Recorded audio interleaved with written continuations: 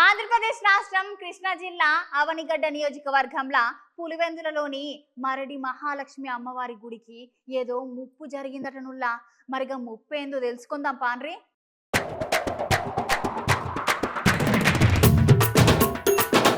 పాపం ఇక్కడ ఉన్న అమ్మవారికి దీపం పెడదామంటే కనీస వసతి కూడా లేదు. కొద్దిపాటి వర్షానికి ఆలయం లోపలికి నీళ్లు వచ్చి ఆలయంలో దీపారాధన కూడా చేయకుండా ఉన్నటువంటి పరిస్థితి ఏర్పడుతున్నది. మళ్ళీ ఇక్కడ ఉన్న అమ్మవారి చరిత్ర 86 ఏళ్ల చరిత్ర. కానీ ఇచ్చిన ఆమెను నిలబెట్టుకుంటలేరంటే యాజమాన్యం.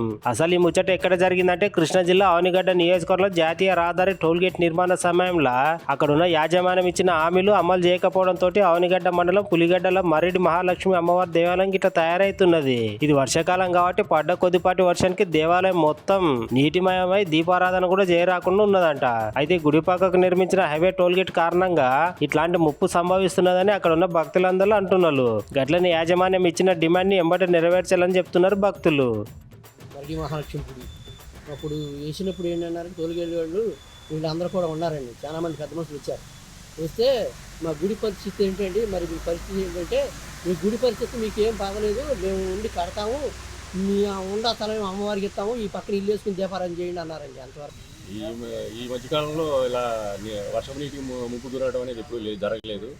గత వర్షాకాల సీజన్ నుంచి ఇలా అమ్మవారి వర్షపు నీటికి ఏ చిన్న వాన వచ్చినా ముప్పు గురవుతుంది.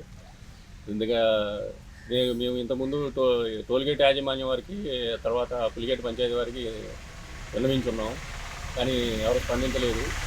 ఈ ఏమాత్రం వాన వచ్చినా ఇలా ముప్పు గురవుతుంది, ఇబ్బందిగా ఉంది. నైవేద్యం పెట్టడానికి కానీ వీటికి కానీ దీపారాధన కూడా కష్టమైపోతుంది. ఒక్కోసారి 2-3 రోజులు కూడా దీపం పెట్టడానికి అవకాశం లేకుండా అయిపోతుంది.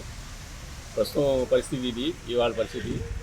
దీనికి మేము విన్నవించేది ఏంటంటే గ్రామస్థ సర్పంచ్ గారికి కానీ, లేకపోతే టోల్గేట్ యాజమాన్యం గారు కానీ, పెద్దలకు కానీ కొద్దిగా నీరిపోయే మార్గం దారి చూపించడం అంటే అమ్మవారికి పైకి